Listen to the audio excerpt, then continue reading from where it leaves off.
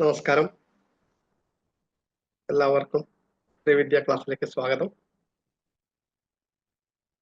ശ്രീവിദ്യ ഉപാസനയുടെ മൂന്നാമത്തെ ക്ലാസ്സാണിന്ന്. അതിന്റെ മുന്നേ ഇതൊരു ആധ്യാത്മിക ക്ലാസ്സാണ്. എല്ലാവരും നല്ല വൃത്തിയോടും ശുദ്ധിയോടും കൂടിയിരിക്കണം. ഷർട്ട് ഇടാത്തവരൊക്കെ ഷർട്ട് ഇടണം. നല്ല രീതിയിൽ ഡ്രസ് ചെയ്യണം. കാരണം വീഡിയോ ഓൺ ചെയ്ത് വെക്കുമ്പം നമ്മൾ വിചാരിക്കും നമ്മൾ റൂമിലാണ് ഇരിക്കുന്നത്, പക്ഷെ ലോകം മുഴുവനും നിങ്ങളെ കണ്ടുകൊണ്ടിരിക്കുക. അപ്പൊ ആ രീതിയിൽ വൃത്തിയോടും ശുദ്ധിയോടും കൂടിയിട്ട് എല്ലാവരും നമ്മളെ കാണുന്നുണ്ട് എന്നുള്ളൊരു ബോധം ക്യാമറയുടെ മുന്നിൽ ഇരിക്കുമ്പം ഉണ്ടാവണം. കഴിയുന്നത് എല്ലാവരും ക്യാമറ ഓൺ ചെയ്യണം.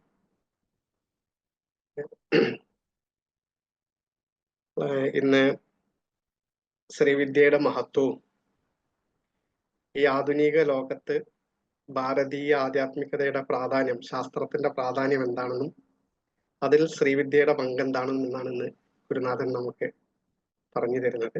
വളരെ ഈ കാലഘട്ടത്തിൽ വളരെ പ്രധാനപ്പെട്ട ഒരു വിഷയമാണിത്. ക്ലാസ് എടുക്കാൻ വേണ്ടി ഗുരുനാഥനെയും ഗുരുഭക്തിയെയും ക്ഷണിക്കും. ഇത് ഒരാധ്യാത്മിക പരിശീലനം എന്ന രീതിയിൽ കാണുന്ന സമയത്ത് നമ്മൾ സാധാരണ ആധ്യാത്മിക ക്ലാസ്സിൽ പങ്കെടുക്കാറുണ്ട്. ആ ക്ലാസ്സുകളുടെ സ്വഭാവം പൊതുവെ ക്ലാസ്സുകൾ എടുക്കുക, കേൾക്കുക, വൈജ്ഞാനിക തലത്തിൽ നമുക്ക് വികാസം ഉണ്ടാവുക എന്നാണ്. പക്ഷെ ഇവിടെ ബുദ്ധിപരമായോ വൈജ്ഞാനികമായിട്ടോ ഒന്നും പഠിക്കാനില്ല. കാരണം ആധ്യാത്മികത ഇന്ദ്രിയങ്ങളുടെ കേട്ടുകൊണ്ട് പഠിക്കാനോ കണ്ടുകൊണ്ട് പഠിക്കാനുള്ളതല്ല, അത് അനുഭവിക്കാനുള്ളതാണ്. അനുഭവിക്കാൻ എന്ത് വേണം? ബുദ്ധിയിലൊരു കാര്യം മനസ്സിലാക്കാൻ അനുഭവിക്കാൻ പറ്റില്ല. അപ്പോൾ അത് അനുഭവിക്കുന്ന അനുഷ്ഠിക്കണം. അനുഷ്ഠാനപരമായ ഒരു അധ്യയനമാണ് ഇവിടെ നടക്കുന്നത്. ഇത് ആധ്യാത്മിക അധ്യയനം എന്നതിനേക്കാൾ ഉപരി അനുഷ്ഠാനപരമായ ഒരു അധ്യയനമാണ്. സത്യത്തിൽ ഒന്നും ഇവിടെ പഠിക്കാനില്ല, ആചരിക്കാനാണുള്ളത്, അനുഷ്ഠിക്കാനുള്ളത്. എല്ലാവരും ശ്രദ്ധ പൂർണ്ണമായിട്ട് ഇവിടെ വേണം. ഇത് നേടിയെടുക്കാൻ നമ്മുടെ മാത്രം പരിശ്രമം പോരാ, അത് ഈശ്വരാനുഗ്രഹം കൂടെ വേണം. മാത്രമല്ല, പ്രത്യക്ഷമായ ഈശ്വരൻ ആരാണ്? മാതാ, പിതാ, ഗുരു, ദൈവം എന്നാണല്ലോ പറയാറ്. അപ്പോ ഈശ്വരീയതയുടെ വഴി ഏതാണ്? മാതാവിലൂടെയും പിതാവിലൂടെയും ഗുരു പരമ്പരയിലൂടെയാണ് വഴി. വ്യക്തിപരമായി പറഞ്ഞാൽ അതിലൊക്കെ ഓരോ കുടുംബത്തിൻ്റെയും ഗുരു കാരണവന്മാരുണ്ട്. അവരിലൂടെ വന്നു ചേർന്നിരിക്കുന്ന കുലദേവതയുണ്ട്. അപ്പൊ ഈ ചൈതന്യങ്ങളുടെ മുഴുവൻ അനുഗ്രഹം നമുക്ക് ആവശ്യമുണ്ട്. കാരണം അനുഷ്ഠാനപരമായ ഒരു ആധ്യാത്മിക ക്ലാസ്സാണ്. നമുക്ക് എല്ലാവരെയും അവരൊക്കെ സ്മരിച്ചുകൊണ്ട് നമുക്ക് ആരംഭിക്കാം. നാമം ജപിച്ചുകൊണ്ട് ആരംഭിക്കാം.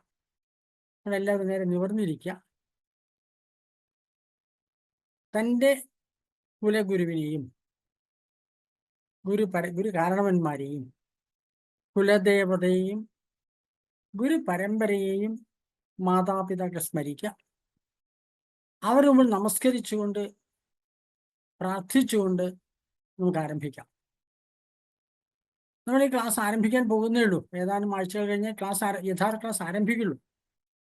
ആരംഭിക്കുന്നത് അവസാനിക്കുന്നത് വരെ, ലക്ഷ്യത്തിലെത്തുന്നത് വരെ, അവസാനിക്കുക എന്ന് പറയാൻ നിവൃത്തിയില്ല, ലക്ഷ്യത്തിലെത്തുന്നത് വരെ നമ്മുടെ ശ്രദ്ധ പൂർണ്ണമായിട്ട് ഇവിടെ തന്നെ ഉണ്ടാകണം. നമുക്കിത് പൂർണ്ണമായിട്ട് തുടരാൻ കഴിയണം. അതിന് ഈശ്വരാനുഗ്രഹം വേണം. നമ്മൾ മാത്രം വിചാരിച്ചാൽ നേടിയെടുക്കാവുന്ന നല്ല പല കാര്യങ്ങളും. അതുകൊണ്ട് നമുക്ക് നാമം ജപിച്ചുകൊണ്ട് അവരെ സ്മരിച്ചുകൊണ്ട് ആരംഭിക്കാം. എല്ലാവരും നിവർന്നിരിക്കുക. ഗുരു കാരണവന്മാരെ, ഗുരു പരമ്പരയെ, കുലദേവ മാതാപിതാക്കളെ സ്മരിച്ചുകൊണ്ട് നാമം ജപിച്ചുകൊണ്ട് ആരംഭിക്കാം. നിവർന്നിരിക്കുക. വാമദേവ ഋഷി പങ്ക്തിച്ഛന്ദ സദാശിവരുദ്രോ ദേവത. ഓം നമഃ ശിവായ. ഓം നമഃ ശിവായ. ഓം നമഃ ശിവായ. ഓം നമഃ ശിവായ. ഓം നമഃ ശിവായ. ഓം നമഃ ശിവായ. ഓം നമഃ ശിവായ. ഓം നമഃ ശിവായ. ഓം നമഃ ശിവായ. ഓം നമഃ ശിവായ. ഓം നമഃ ശിവായ. വാമദേവ ഋഷി പങ്ക്തിച്ഛന്ദ സദാശിവരുദ്രോ ദേവത ഗുരുർ ബ്രഹ്മ ഗുരുർവിഷ്ണു ഗുരുർദേവോ മഹേശ്വര ഗുരു സാക്ഷാത് പരബ്രഹ്മ തസ്മൈ ശ്രീ ഗുരവേ നമഃ. അഖണ്ഡമണ്ഡലാകാരം വ്യാപ്തം യേന ചരാചരം തത്പദം ദർശിതം യേന തസ്മൈ ശ്രീ ഗുരവേ നമഃ. അജ്ഞാനതിമിരാന്ധസ്യ ജ്ഞാനാഞ്ജനശലാകയാ ചക്ഷുരുന്മീലിതം യേന തസ്മൈ ശ്രീ ഗുരവേ നമഃ. ഗുരവേ സർവലോകാനാം ഭിഷജേ ഭവരോഗിണാം നിധയേ സർവവിദ്യാനാം ദക്ഷിണാമൂർത്തയേ നമഃ. ആനന്ദമാനന്ദകരം പ്രസന്നം ജ്ഞാനസ്വരൂപം നിജബോധരൂപം യോഗീന്ദ്രമീഢ്യം ഭവരോഗവൈദ്യം ശ്രീമദ്ഗുരും നിത്യമഹം ഭജാമി. ശുക്ലാംബരധരം വിഷ്ണും ശശിവർണം ചതുർഭുജം പ്രസന്നവദനം ധ്യായേത് സർവവിഘ്നോപശാന്തയേ. വക്രതുണ്ടമഹാകായ സൂര്യകോടിസമപ്രഭ നിർവിഘ്നം കുരു മേ ദേവ സർവകാര്യേഷു സർവദാ. ആ ബ്രഹ്മാണ്ഡപിപീലികാന്തതനുഭിൽ സുജൃംഭമാണ സ്ഫുടം ജാഗ്രത് സ്വപ്ന സുഷുപ്തിഭാസകതയാ സർവത്രയാ ദിവ്യതി. സാ ദേവി ജഗദംബികാ ഭഗവതി ശ്രീരാജരാജേശ്വരി ശ്രീവിദ്യാ കരുണാനിധി ശുഭകരി ഭൂയാത് സദാ ശ്രേയസേ. ഓം സഹനാവവതു സഹനൗ ഭുനക്തു സഹ വീര്യം കരവാവഹൈ തേജസ്വിനാവധീതമസ്തു മാ വിദ്വിഷാവഹൈ. ഓം ശാന്തി ശാന്തി ശാന്തി. എല്ലാവർക്കും എൻ്റെ വിനീതമായ നമസ്കാരം. ഇന്ന് നമ്മൾ ഈ ആമുഖ പരിചയ പദ്ധതിയുടെ 3-ാമത്തെ അധ്യായത്തിലേക്ക് കടന്നുകൊണ്ടിരിക്കുകയാണ്. കേരളത്തിലെ കൗടുംബികമായ പശ്ചാത്തലം നോക്കിയാൽ പൊതുവെ നമുക്ക് വിശ്വാസമുണ്ട് എല്ലാവർക്കും പൂജ ചെയ്യാൻ പാടില്ല. സമൂഹത്തിൽ ചില വിഭാഗം ആളുകൾക്ക് മാത്രമേ പൂജ ചെയ്യാൻ പാടുള്ളൂ എന്നൊരു വിശ്വാസം ഇടക്കാലത്ത് വന്നു ചേർന്നിട്ടു. അത് വളരെ അടുത്ത കാലത്ത് ഈ വിശ്വാസം തുടങ്ങിയത്. വേറെ പണ്ട് കാലത്ത് അങ്ങനെയില്ല. എന്താ കാരണം? ഇവിടെ ഇരിക്കുന്ന ഓരോരുത്തരുടെയും ചരിത്രം, കൗടുംബികമായ ചരിത്രം നോക്കിക്കഴിഞ്ഞാൽ പൂർവകാലത്ത് അവർക്കൊക്കെ ഒരു കുലദേവത ഉണ്ടാവും. ആ കുലദേവത കൂടെ ഒരു ഗുരുനാഥൻ ഉണ്ടാവും. ആരാണ് ആ കുലദേവതയെ സ്ഥാപിച്ചത്, കുടിവെച്ചത് എന്ന് അന്വേഷിച്ചാൽ ആ ഗുരുനാഥനായിരിക്കും. അവരെ സാധാരണ അടുത്ത തലമുറ പറയുന്നത് ഗുരു കാരണവന്മാർ എന്ന ആ പരമ്പരയെ പറയുന്നു. ആ ഗുരുനാഥൻ, ആദ്യത്തെ ഗുരുനാഥൻ, അവിടുന്ന് കുടുംബം ആരംഭിക്കുന്നു. ഒരു കുടുംബത്തിന്റെ ചരിത്രം തുടങ്ങുന്നു അവിടുന്ന്. അദ്ദേഹം തപസ് ചെയ്ത് നേടിയെടുക്കുന്ന ചൈതന്യത്തെ ദേവതാരൂപേണ കുടുംബത്തിലെ കേന്ദ്രസ്ഥാനത്ത് സ്ഥാപിക്കുന്നു. വളർത്തിയെടുത്ത തപശക്തിയെ ദേവതാരൂപേണ സ്ഥാപിക്കുന്നു. എന്താ സങ്കല്പം? തൻ്റെ കുടുംബം നിലനിൽക്കുന്ന കാലത്തോളം അവിടെ സുഖവും സമാധാനവും സമൃദ്ധിയും ഉണ്ടാകണമെന്നാണ് സങ്കല്പം. അത് സ്ഥാപിച്ച് ആരാധന ചിട്ടപ്പെടുത്തി അടുത്ത തലമുറയ്ക്ക് കഴിവുകൊടുക്കും.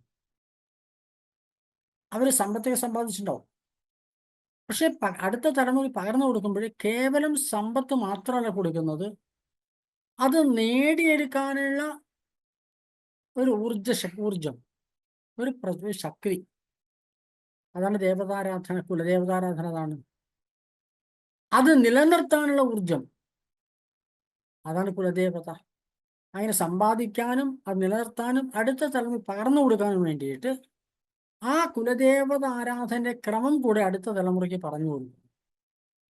തുടർന്ന് വരുന്ന തലമുറകളിൽ വേണ്ട പോലെ സംരക്ഷിക്കുന്നു. അവിടെ വേണ്ട പോലെ കാര്യങ്ങൾ അതാത് കുടുംബത്തിലുള്ളവർ ചെയ്യുന്നു. ഒരു ദേവത ആരാധിക്കാൻ പൂജയും മറ്റു കാര്യങ്ങളും ഒരു ചിട്ടപ്പെടുത്തിയ ഒരു ഗുരു കാരണവർ ചിട്ടപ്പെടുത്തിയ ക്രമം ഉണ്ടാവുമല്ലോ, അതനുസരിച്ച് അവർ അനുവർത്തിക്കും. തത്ഫലമായിട്ട് ആ കുടുംബത്തിന് ഐശ്വര്യം ഉണ്ടാവും. കേരളത്തിൽ ഏത് കുടുംബത്തിനും ചരിത്രം ഇതാണ്. ഏത് വിഭാഗത്തിൽപ്പെട്ട ആളുകളുടെയും ചരിത്രം ഇതാണ്. ഈ പൊതു ചരിത്രമാണ് കേരളത്തിൽ എല്ലാവർക്കും. കാലം മുൻപോട്ട് പോയി, കാലത്ത് പരിവർത്തനം വന്നു, വൈദേശിക ആക്രമണം വന്നു, ചരിത്രമായ കാരണം വന്നു, നമ്മുടെ പാരമ്പര്യം പലതും വിസ്മൃതിയായുണ്ട്. തുടർന്ന് ആ കുടുംബത്തിൽ ചെയ്ത കാര്യങ്ങൾ മറന്നുപോയി, കുടുംബങ്ങൾക്ക് തകരാനും തുടങ്ങി. അപ്പൊ അതുകൊണ്ട് വീണ്ടും പ്രശ്നം വെച്ച പ്രശ്നക്കാരെന്താ പറയാ, സ്വാഭാവിക പ്രതിസന്ധി ഉണ്ടാകുമ്പോൾ ജ്യോതിഷരെ പോയി കാണും അല്ലേ? ജീവിതത്തിൽ ബുദ്ധിമുട്ടുണ്ടാകുമ്പോൾ ജ്യോതിഷരെ കാണും. ഇതാണ് കേരളീയമായ പൊതുവായ രീതി. അങ്ങനെ കാണുന്ന സമയത്ത് ആ ജ്യോതിഷൻ എന്താ പറയാ, നിങ്ങൾക്ക് പൂർവികമായിട്ട് ഒരു കുലദേവത ഉണ്ടായിരുന്നു, ഒരു ഗുരുനാഥൻ ഉണ്ടായിരുന്നാണല്ലോ പറയാ. അതുകൊണ്ട് നിങ്ങൾ തുടരണം. നിങ്ങളുടെ കുടുംബത്തിന്റെ ഐശ്വര്യത്തിന് നിദാനം അതാണ്. നിങ്ങൾ ആവർത്തി മുൻപോട്ട് കൊണ്ടുപോകാം. നിങ്ങൾ തന്നെ ഒരു പൂവെങ്കിലും എടുത്തിടണം എന്നാണ് പറയാറ്. നിങ്ങളുടെ കൈകൊണ്ടൊരു പൂവെങ്കിലും എടുത്തിടണം, ദേവത പ്രസാദിക്കും എന്നാണ് പറയാറ്. അത് പൂവെടുത്തിടാൻ മതി എന്നല്ല, പൂ കൊണ്ട് അർച്ചിച്ചാൽ മാത്രം പോരാ, യഥാർത്ഥ പൂജ അറിഞ്ഞുകൊണ്ട് ചെയ്യണം. അപ്പോൾ എങ്ങനെയാണ് ഒരു വിഭാഗം ആളുകൾ മാത്രമാണ് പൂജ ചെയ്ത് നമുക്ക് വിശ്വസിക്കാൻ പറ്റുക? ഹൈന്ദവ സമൂഹത്തിൽപ്പെട്ട എല്ലാവരും പൂജ ചെയ്തിരുന്നു. എല്ലാവർക്കും താന്ത്രിക അധികാരമുണ്ട്. പൂജ ചെയ്യുന്ന അധികാരം എല്ലാവർക്കും ഉണ്ട്. അത് പരിഷ്കൃതമായ സമൂഹത്തിൽ ഏതെങ്കിലും കുറച്ച് ആളുകൾക്ക് അവകാശപ്പെട്ടതല്ല. സമൂഹത്തിൽ മുഴുവൻ ആളുകളും പൂജ ചെയ്യണം എന്ന് ഞങ്ങളുടെ കാലത്താണ് നേടിയെടുത്ത് ആർക്കും പറയാൻ പറ്റില്ല. ഇത് കേരള പാരമ്പര്യ രീതിയാണ്. എല്ലാവരും പൂജയ്ക്ക് പ്രവേശിക്കാനുള്ള അധികാരം കൊടുക്കുന്ന സമയത്ത് പലരും പറയാറുണ്ട് ഞങ്ങളാണ് ചെയ്തത്. പക്ഷെ അങ്ങനെയല്ല. കേരളത്തിൽ പാരമ്പര്യ രീതി അതാ. യഥാർത്ഥ ഹൈന്ദവമായ രീതി സമൂഹത്തിൽ എല്ലാവർക്കും പൂജ ചെയ്യാൻ കഴിയും, എല്ലാവരും പൂജ ചെയ്യണം എന്നുള്ള ഒരു വ്യവസ്ഥയാണ് കേരളത്തിൽ പാരമ്പര്യമായിട്ടുള്ളത് എന്ന് മനസ്സിലാക്കാൻ കേരളത്തിലെ കൗടുംബികമായ ചരിത്രം പരിശോധിച്ച് മാത്രം മതി, വേറൊന്നും വേണ്ട. ഒരു കുലദേവത ഉണ്ടാവും, ഒരു ഗുരു ഉണ്ടാവും. ആ കുലദേവത സാമാന്യേന മിക്കവാറും എന്താണ്, ഭദ്രകാളി സങ്കല്പമാണുള്ളത്. കൊടുങ്ങല്ലൂർ കേന്ദ്രമാക്കിയിട്ടുള്ള ഒരു ഭദ്രകാളി സങ്കല്പമാണ് യഥാർത്ഥത്തിൽ കേരളത്തിലുള്ളത്. കൊടുങ്ങല്ലൂരിൽ നിന്ന് തെക്കോട്ട് 1-300 കുറുമ്പക്കാവുകളും വടക്കോട്ട് 1-300 കുറുമ്പക്കാവുകളും. അങ്ങനെ കൊടുങ്ങല്ലൂർ കൂടി ചേർന്നാൽ 600 കുറുമ്പക്കാവുകളാണ് കേരളത്തിൽ അടിസ്ഥാനപരമായി ഉണ്ടായിരുന്നത്. ബാക്കി കാവുകൾ മുഴുവൻ അവിടുന്ന് അതിൻ്റെ അവാന്തര വിഭാഗങ്ങളാണ്. ഇവിടെയാണ് കേരളത്തിന്റെ ചരിത്രം തുടങ്ങുന്നത്. കൊടുങ്ങല്ലൂർ, കേരളത്തിലെ മധ്യഭാഗമായ കൊടുങ്ങല്ലൂർ കേന്ദ്രമാക്കിയിട്ടാണ് ഒരു കുലദേവത സങ്കല്പമുള്ളത്. എല്ലാ കുടുംബത്തിലും ഭദ്രകാളിയാണ്. അപ്പൊ ഭദ്രകാളി സങ്കല്പം കേൾക്കുമ്പോൾ നാം സാധാരണ ധരിച്ചു വെക്കുക, നമുക്ക് വ്യാപകമായിട്ട് വാങ്ങാൻ കിട്ടുന്ന ഭദ്രകാളിയുടെ ചിത്രം എന്ന് പറയുന്നത് ശിവൻ കിടക്കുകയും ആ ശിവന്റെ നെഞ്ചിൽ കാല് വെച്ച് നിൽക്കുന്ന അതിരൗദ്രഭാവത്തിലുള്ള കാളി സങ്കല്പത്തിലുള്ള ചിത്രമാണ് സാധാരണ വാങ്ങാൻ കിട്ടുക. ഇതല്ല കേരളത്തിലെ സങ്കല്പം. കേരളത്തില് ആ കാളി സങ്കല്പം ദശമഹാവിദ്യകളിലുള്ള കാളി സങ്കല്പം, ബംഗാൾ ഭാഗത്ത് പ്രാധാന്യമുള്ള ഒരു കാളി സങ്കല്പമാണ് ആ കാളി എന്ന് പറയുന്ന ചിത്രത്തോടെ മനസ്സിലാക്കേണ്ടത്. ശ്രീരാമകൃഷ്ണ പരമഹംസരെ കാളി ഉപാസകനായിരുന്നു. അതിൻ്റെ പ്രസിദ്ധമായ കാളിയെ പ്രസിദ്ധമായ കവിതകളൊക്കെ ഉണ്ട്. അത് ദശമഹാവിദ്യകളിലെ 10 മഹാവിദ്യകളാണ് ഭാരതീയ ആധ്യാത്മികതയിലുള്ളത്, താന്ത്രിക തന്ത്രശാസ്ത്രത്തിലുള്ളത്. അതിനൊന്നാണ് ശ്രീവിദ്യ, തുല്യ പ്രാധാന്യമുള്ള ഭുവനേശ്വരി, ഛിന്നമസ്ത തുടങ്ങിയ 10 ദേവതകൾ വേറെയുണ്ട്. അതിനകത്ത് ബഗളാമുഖി തുടങ്ങിയ ദേവതകളുണ്ട്. അതിനകത്ത് ബംഗാൾ ഭാഗത്ത് പ്രാധാന്യം ഉണ്ടായിരുന്ന കാളിയാണ് ആ ചിത്രത്തിലുള്ളത്. അതല്ല കേരളത്തിലെ കുലദേവതയായിട്ട് ആചരിച്ചു വരുന്ന ഭദ്രകാളി, അത് ഭദ്രകാളിയാണ്. അതിൻ്റെ ശക്തിഭൈരവി എന്ന സാങ്കേതിക പേരോട് കൂടിയിരിക്കുന്ന ബാലഭദ്രയാണ് കേരളത്തിലെ ഏറ്റവും വലിയ പ്രത്യേകത. കേരളത്തിൽ വ്യാപകം കാണുന്നു. അത് ആരാധിച്ചിരുന്നത് കൊടുങ്ങല്ലൂർ സങ്കല്പം അതാണ്. ആ ദേവി ആരാധിക്കുന്നത് 9 ത്രികോണമുള്ളൊരു പത്മത്തിലാണ്. നവയോനി പത്മം എന്നാണ് അതിൻ്റെ പേര്. മറ്റൊന്ന് അതിനെ ബാലഭദ്ര എന്നാണ് പൊതുവെ പറഞ്ഞു വരുന്നത്. അതിന് ശ്രീവിദ്യയോട് നേരിട്ട് ബന്ധമുണ്ട്. കാരണം ശ്രീവിദ്യയോട് ബന്ധപ്പെട്ട യന്ത്രമാണ് ശ്രീയന്ത്രം എന്ന് പറയുന്നത്. ആ ശ്രീയന്ത്രത്തില് 9 ആവരണ ദേവതകളുണ്ട്. അതിന് ഏറ്റവും മധ്യഭാഗത്തുള്ള 3 ആവരണം ചേർന്നതാണ് കേരളത്തിലെ ഭദ്രകാളി ആരാധിച്ചു വരുന്ന നവയോനി ചക്രം എന്ന് പറയുന്നത്. 9 ത്രികോണങ്ങളുള്ള 8 ദളമുള്ള 16 ദളമുള്ള ഗോപുരത്തോടു കൂടി ചേർന്നിരിക്കുന്ന ഒരു യന്ത്രം. ശ്രീചക്രത്തിന് മധ്യഭാഗം മാത്രമാണ് ഒരു ബിന്ദു, ഒരു ത്രികോണം, അതിന് ചുറ്റും 8 കോണുകൾ. അപ്പൊ 8 9 കോണുകളും നടുവിന്റെ ബിന്ദു. ഇതാണ്, ഈ യന്ത്രത്തിലാണ് ഭദ്രകാളി ആരാധിച്ചിരുന്നത്. യാന്ത്രികമായ പത്മം ഇട്ട് പൂജിക്കാൻ അങ്ങനെയാണ് ചെയ്തിരുന്നത്. നേരിട്ട് ശ്രീവിദ്യയോട് ബന്ധം, രാജരാജേശ്വരിയായിട്ട് ബന്ധം. പക്ഷേ കുലദേവരെ ആരാധിച്ചിരുന്നു. അങ്ങനത്തെ തറവാടുകളിൽ പൊതുവായിട്ട് പ്രത്യക്ഷമായിട്ട് ഈ ഭദ്രകാളി ആരാധന നടന്നെങ്കിൽ പോലും ഇവിടെ വാർഷികമായിട്ട് ഒരിക്കലെങ്കിലും രഹസ്യമായിട്ട് പൂജ നടക്കും. അത് ശ്രീവിദ്യാ സമ്പ്രദായത്തിലുള്ള ബാലാംബികയോ ശ്രീചക്രത്തെയോ ആരാധിച്ചിരുന്നു. ശ്രീവിദ്യാ സമ്പ്രദായത്തിൽ പൂജ നടത്തില്ല. 9 ആവരണങ്ങളോട് ചേർന്നതാണ് പൂജ. രണ്ടും 9 ആവരണങ്ങളോടുകൂടി ചേർന്ന പൂജാ സംവിധാനമാണ് അതിനോട് രണ്ടിനുമുള്ളത്. അത് ഉപാസനാബലത്തിന് വേണ്ടിയിട്ട് വർഷത്തിലൊരിക്കൽ രഹസ്യമായി ചെയ്തു. അത് പരസ്യമായി ചെയ്യുന്നതല്ല. പക്ഷെ ഭദ്രകാളി ആരാധന, ആ കുലദേവി ആരാധന ചിലപ്പോൾ ഭുവനേശ്വരിയായിട്ട് മാറിയിട്ടുണ്ടാവാം. അത് മറ്റെന്ത് സംഘം മാറിയിട്ടുണ്ടാവാം. പക്ഷെ അത് പൊതുവായി പരസ്യമായി കണ്ടുകൊണ്ട് എല്ലാവർക്കും പ്രദർശിപ്പിച്ചുകൊണ്ട് ചെയ്യുന്ന പൂജയായിരുന്നു. എൻ്റെ പ്രതിഷ്ഠയൊക്കെ അങ്ങനെയായിരുന്നു. ചിലപ്പോഴും കേരളത്തിൽ ഉപാസനാമൂർത്തികളായിട്ട് ബലമുള്ള മറ്റ് പല ചൈതന്യങ്ങൾ വരാറുണ്ട്. എന്നാൽ പോലും അതിലേക്ക് അടിസ്ഥാനപരമായ ദേവീ ചൈതന്യം കാണും. മിക്കവാറും നിങ്ങളൊക്കെ അന്വേഷിച്ച് കാണാൻ കഴിയും. ഉദാഹരണമായിട്ട് കേരളത്തിൽ ഗണപതി പ്രാധാന്യമുള്ള ധാരാളം കുടുംബങ്ങൾ, പക്ഷെ അവിടെ മുഴുവൻ ദേവി പ്രാധാന്യത്തുണ്ട്. പ്രത്യക്ഷത്തിൽ ഗണപതി പ്രാധാന്യമാണ് തോന്നുമെങ്കിൽ പോലും അവിടങ്ങളിലൊക്കെ ഒരു ദേവി സങ്കല്പം നമുക്ക് കാണാൻ കഴിയും. ഇടക്കാലത്ത് നഷ്ടപ്പെട്ട് പലയിടത്തും നഷ്ടപ്പെട്ടു പോയതായിട്ട് കാണുന്നുണ്ട്. പക്ഷെ എന്നാലും സൂക്ഷ്മതലത്തിൽ നോക്കിയാൽ ദേവി സങ്കല്പമുണ്ട്. മലബാർ ഭാഗത്താണെങ്കിൽ ശൈവ സമ്പ്രദായത്തിലുള്ള കരിയാത്തൻ, കരുമകൻ, വേട്ടക്കരൻ അങ്ങനെ കാണാം. അങ്ങനെ ധാരാളം ദേവതകളുണ്ട്. അതിന്റെ മുഴുവൻ അടിത്തറ എന്താണെന്ന് നോക്കി അതിൻ്റെ പിന്നിൽ ഒരു ദേവീ സങ്കല്പം ഉറച്ച രീതിയിൽ അവിടെ കാണാം. കാരണം ദേവീ സങ്കല്പമില്ലാത്ത ഒരു കുടുംബവും കേരളത്തിലില്ല. ആ ദേവീ സങ്കല്പത്തിന് ശ്രീവിദ്യയായിട്ടോ അതല്ലെങ്കിൽ ആ രാജരാജേശ്വരി വേറൊരു ഭാവമായിരിക്കുന്ന ബാലാ ത്രിപുര സുന്ദരിയുമായിട്ടോ ബന്ധമുണ്ട്. ഇപ്പൊ കേരളത്തിലെ അടിസ്ഥാനപരമായ ചൈതന്യ സ്രോതസ് എന്താണെന്ന് ചോദിച്ചാൽ അത് ശ്രീവിദ്യ.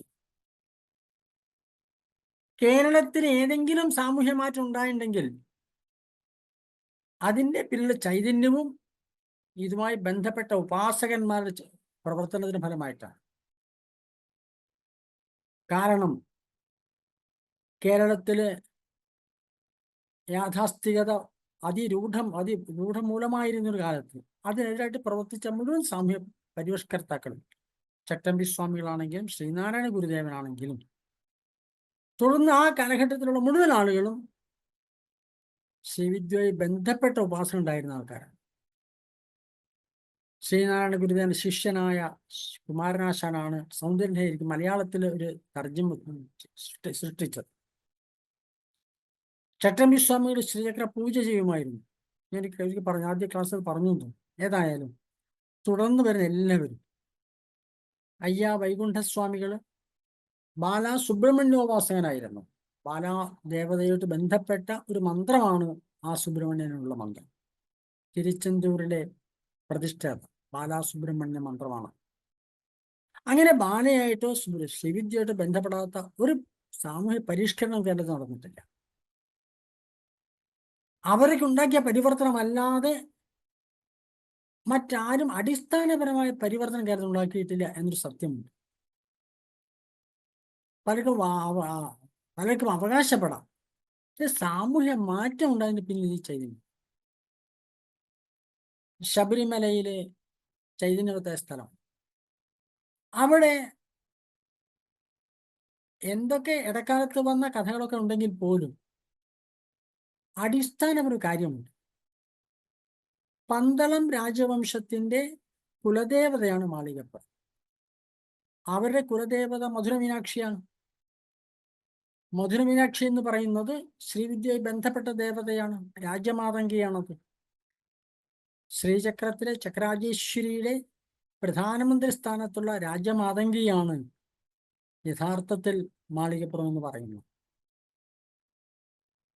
അവിടെയാണ് അയ്യപ്പന്റെ ആ തൊട്ടടുത്ത് അയ്യപ്പന്റെ സമാധി മണ്ഡപമുള്ളത്. പന്തളം രാജവംശത്തിന്റെ ഒരു വ്യക്തി എന്നുള്ള രീതിയിൽ അയ്യപ്പനെ ഉപാസിച്ചിരുന്നത് രാജമാതങ്കിയാണ്. ഇടക്കാലത്തെ കഥകളില് അനാവശ്യമായ കൂട്ടിച്ചേരൽ വന്നുകൊണ്ടാണ് അത് അയ്യപ്പനെ കാമുകയാണെന്നൊക്കെ കഥകൾ വരാൻ കാരണം. യഥാർത്ഥത് ഒരു കുലദേവത, ആ കുലദേവതയെ പ്രതിഷ്ഠിച്ച സ്ഥലത്ത് മുകളിലാണ് അയ്യപ്പന്റെ സ്ഥാനവും. അപ്പോൾ അവിടെ പോലും ഐശ്വര്യത്തിന് കാരണമായിരിക്കുന്ന ഒരു കാരണം അവിടെ ശ്രീവിദ്യയുമായി ബന്ധപ്പെട്ട ആരാധനാ സമ്പ്രദായം ഉണ്ടായിരുന്നു എന്നുള്ളതാണ്. അങ്ങനെ കേരളം ഏത് സ്ഥലം, ഏത് ഐശ്വര്യ സ്ഥലം എടുത്ത് നോക്കിയാലും ആരാധനാലയമുണ്ട്. കേരളത്തിലെ മിക്കവാറും എല്ലാ കോട്ടക്കൽ കൊടുങ്ങല്ലൂർ തുടങ്ങിയ ശക്തയ കാവുകളിൽ ശ്രീവിദ്യക്ക് പ്രാധാന്യമുണ്ട്. കോഴിക്കോട് വളയനാട് കാവ് 13 കാവുകളിലൊന്നാണ്. അവിടെ തിരുവിതാംകൂർ സാമൂതിരാജാവിന് ഒരു അവധൂതനായിരിക്കുന്ന ഒരു ഉപാസകൻ വരച്ചു കൊടുത്ത ഒരു ശ്രീയന്ത്രത്തെ സ്ഥാപിച്ചിരിക്കുന്ന അവിടെയാണെന്ന് പറയപ്പെടുന്നു. അവിടെ പ്രധാന അർച്ചന ശ്രീവിദ്യയുമായി ബന്ധപ്പെട്ടൊരു മന്ത്രമാണ് ത്രിശതി. ത്രിശതി കൊണ്ട് അർച്ചിക്കാറ് സംസ്ഥാനം. അപ്പൊ കേരളത്തിലെ അടിസ്ഥാന കേരളത്തിലെ എല്ലാ കുടുംബങ്ങളുമായിട്ടും കേരളത്തിലെ സാമൂഹ്യ പരിവർത്തനമായിട്ടും അവിടെ സമൃദ്ധിയുള്ള ഏത് സ്ഥലം ഉണ്ടെങ്കിലും അത് എല്ലാമായിട്ടും ശ്രീവിദ്യക്ക് ബന്ധമുണ്ട്. ശ്രീവിദ്യ സമ്പ്രദായത്തിന് ബന്ധമുണ്ട്. ശ്രീചക്ര ആരാധനയ്ക്ക് ബന്ധമുണ്ട്. ഇത് മുഴുവൻ അപചയമുണ്ടായി അവിടെ. മിക്കവാറും കേരളത്തിലെ എല്ലാ ബ്രാഹ്മണ ഗൃഹങ്ങളിലും ശ്രീവിദ്യാരാധന ഉണ്ടായിരുന്നു.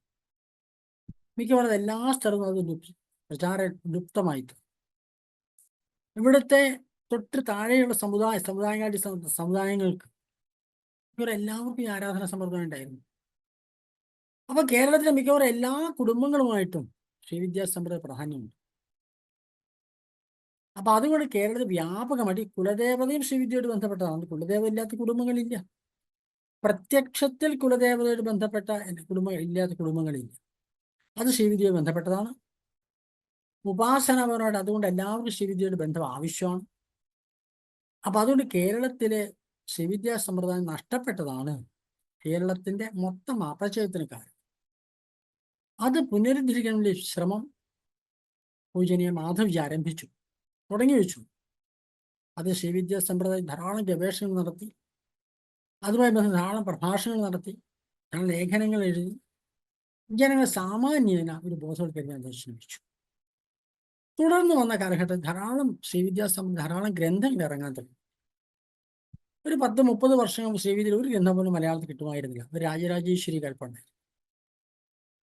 മാത്രമല്ല ലളിതാ സഹസ്രനാമ പ്രാധാന്യം വന്നു.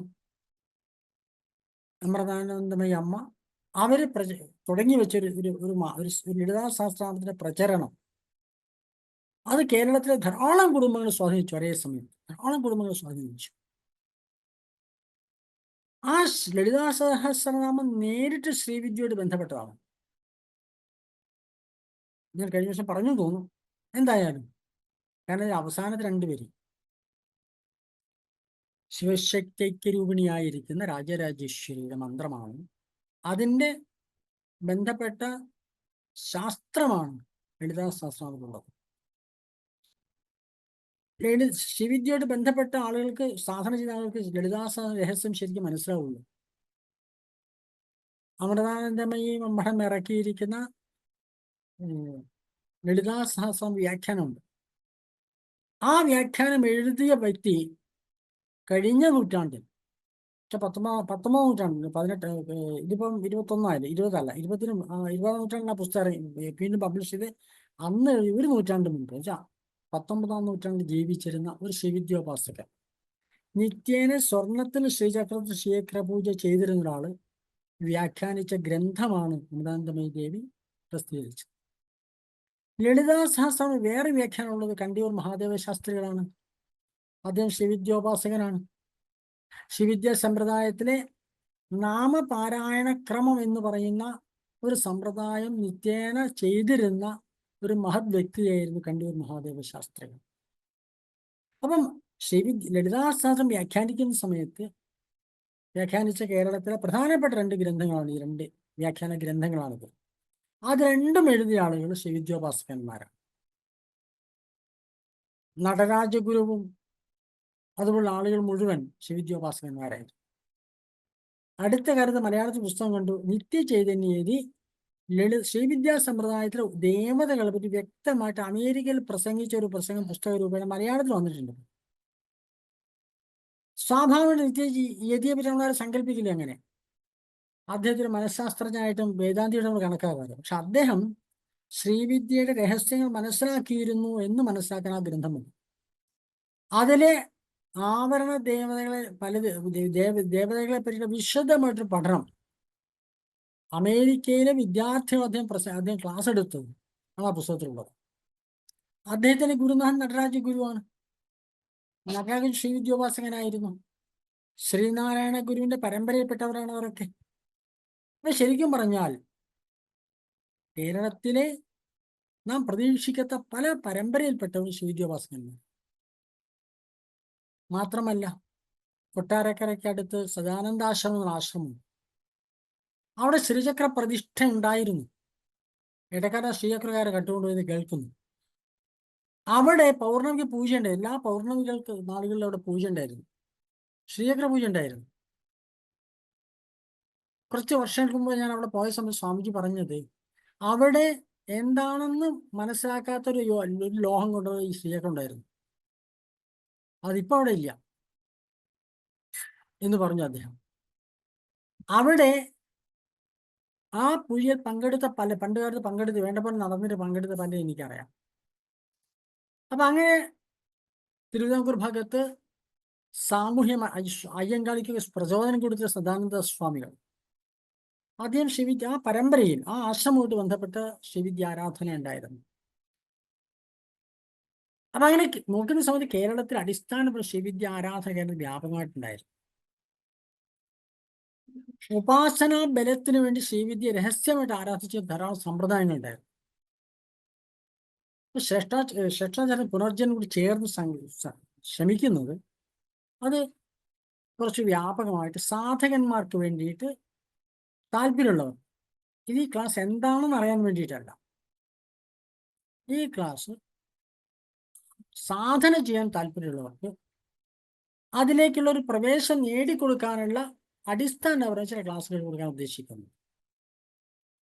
അപ്പൊ ഇവിടെ ക്ലാസ് കേൾക്കാൻ വേണ്ടി ആരും വരേണ്ട, സാധന ചെയ്യാൻ താല്പര്യമുള്ളവർ, ജീവിതത്തിൽ ഒരു പരിവർത്തനം ഉണ്ടാവാൻ വേണ്ടിയിട്ട്, കേവലം പഠിക്കുകയും കേവലം പൂജയുമല്ല, അടിസ്ഥാനപരമായിട്ട് നമ്മുടെ ജീവിതത്തിൽ പരിവർത്തനം ഉണ്ടാക്കാൻ ആഗ്രഹിക്കുന്നവർക്ക് വേണ്ടിയുള്ള ക്ലാസ്.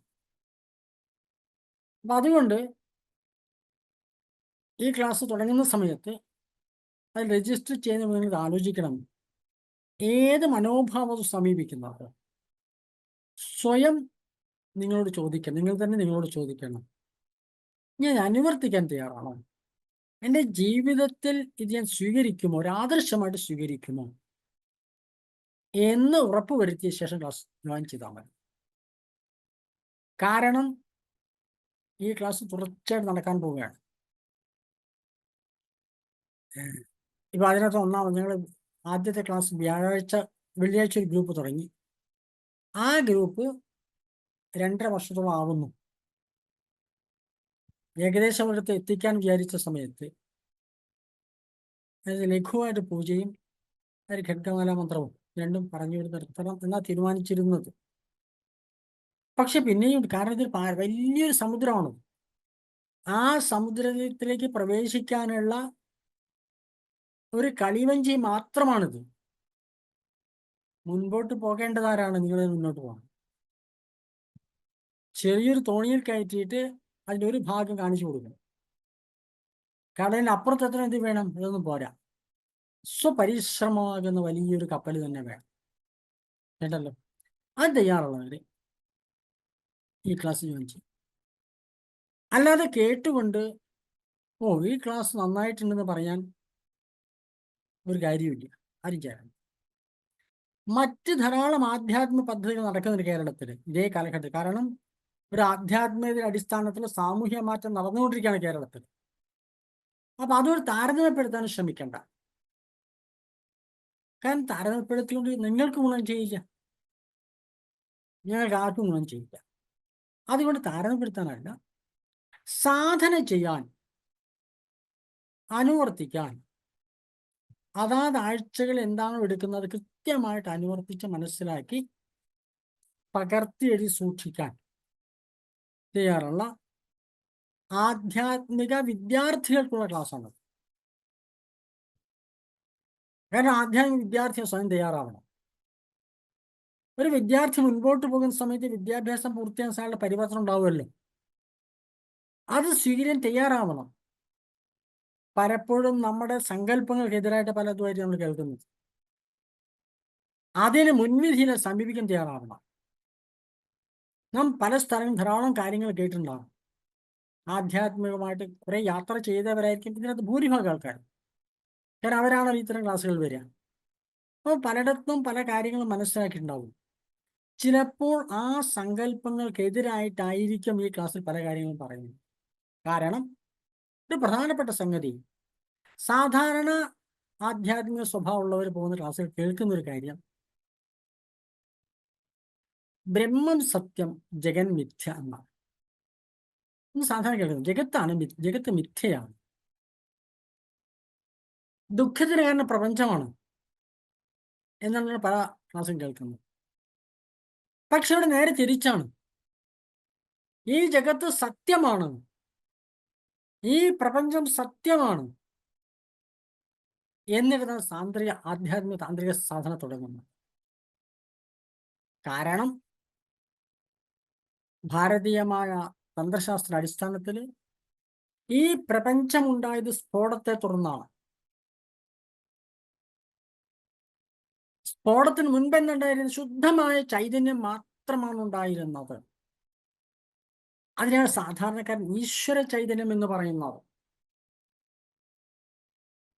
അതിനെ വേദാന്തികൾ പരബ്രഹ്മമെന്നും പരമാത്മാവെന്നും താന്ത്രിക സാധകന്മാർ അതിനെ ശിവൻ എന്നും പറയും.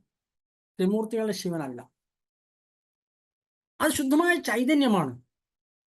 അവിടെയാണ് സ്ഫോടമുണ്ടായത്. സ്ഫോടത്തെ തുടർന്ന് ആ ചൈതന്യം ഘനീഭൂതമാകുന്നു, കട്ടിയായിത്തീരുന്നു. അങ്ങനെ അത് പ്രപഞ്ചമായിട്ട് പരിണമിക്കുന്നു. ഈ പ്രപഞ്ചം ആര് സൃഷ്ടിച്ചു എന്ന് വെച്ചാൽ ആരും സൃഷ്ടിച്ചതല്ല. ആ ശുദ്ധമായ ചൈതന്യം സ്വയം പരിണമിച്ചുണ്ടായതാണ് പ്രപഞ്ചം. അപ്പോൾ ഈ പ്രപഞ്ചം എന്ന് പറയുന്നത് എന്താണ്? ആ ഈശ്വര ചൈതന്യത്തിന്റെ ശരീരമാണ് പ്രപഞ്ചം. അത് മിഥ്യയാണെന്ന് പറയാൻ പറ്റുമോ? ഭഗവാൻ കൃഷ്ണനോട് രണ്ടോ മൂന്നോ അദ്ദേഹത്തിന്റെ ചരിത്രം 2-3 ഘട്ടത്തിൽ ചോദിച്ചു, അത് അദ്ദേഹം തെളിയിക്കുന്നുണ്ട്. ജനിച്ചോടനെ ജയിലാണ് ജനിക്കുന്നത്.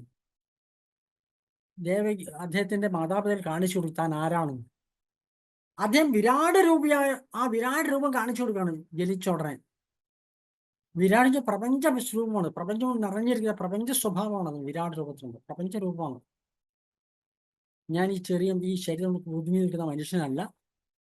നിങ്ങളുടെ മകൻ എന്നുള്ള ഇവിടെ അവതരിക്കുന്നത് ഈ വിരാട രൂപിയായ വിഷ്ണുവാണ്. ഞാൻ എന്താ വിഷ്ണു വ്യാപിച്ചു നിൽക്കുന്നത് എവിടെ? പ്രപഞ്ചം മുഴുവൻ.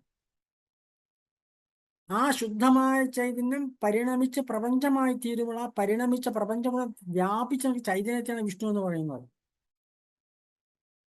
സ്ഫോടത്തിന് മുൻപുള്ള അവസ്ഥയാണ് ശിവൻ, സ്ഫോടത്തിന് ശേഷം അത് പരിണമിക്കുന്ന അവസ്ഥയാണ് വിഷ്ണു എന്ന് പറയുന്നത്.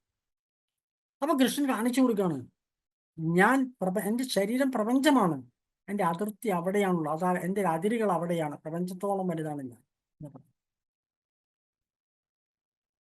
അർജുനനോട് ഭഗവാൻ കൃഷ്ണൻ കുരുക്ഷേത്ര യുദ്ധം നടക്കുന്ന സമയത്ത് അർജുനൻ ഉപദേശം കേട്ടു. തേർത്തട്ടിൽ വീണ് കിടക്കുന്ന അർജുനനോട് കൃഷ്ണൻ പറയും, അപ്പൊ യുദ്ധം ചെയ്യും.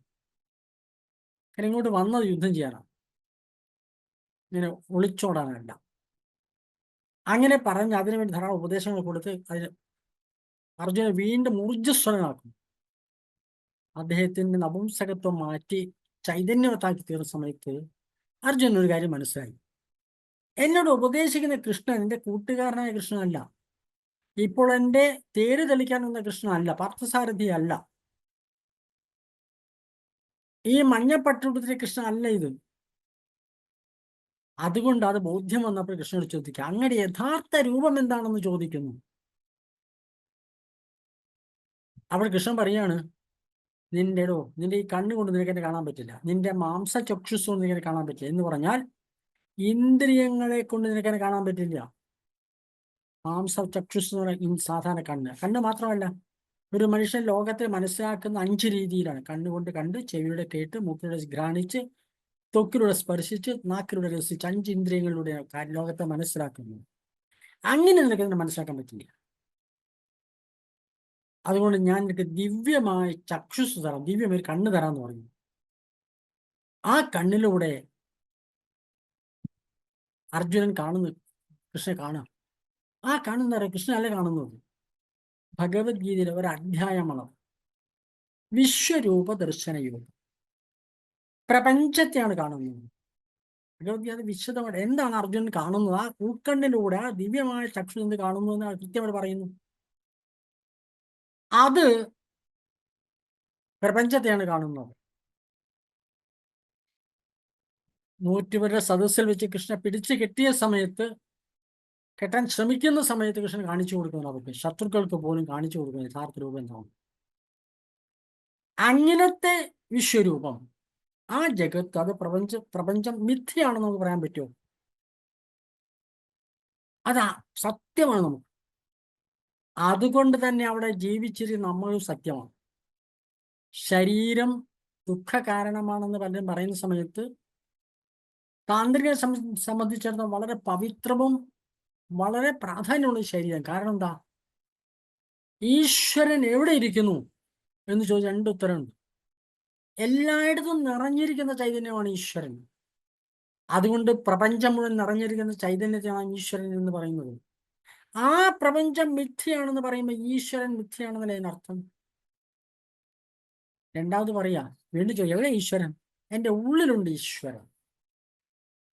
ഒരു ക്ഷേത്രത്തിൽ നമ്മൾ പോയിട്ട് ആരാധിക്കുന്നത് എവിടെയാ? ശ്രീകോവിലാണ്. കാരണം അവിടെ ദേവതയെ പ്രതിഷ്ഠിതമായിരിക്കും, നമുക്കറിയാം.